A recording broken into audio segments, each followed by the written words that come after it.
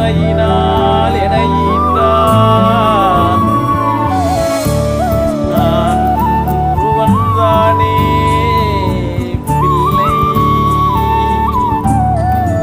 அவன் பிள்ளை என பெரியாரெல்லாம் அறிவார்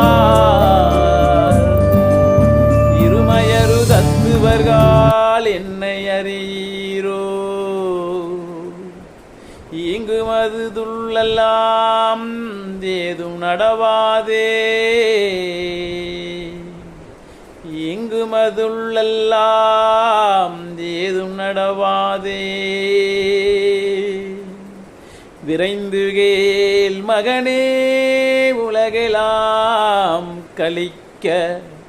மெய்யருள் திருவினை நினைக்கே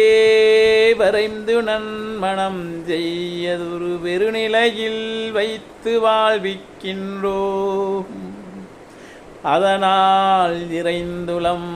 கவலேல் இரண்டரை கடிகை எல்லையுள் எழில் மணக்கோலம்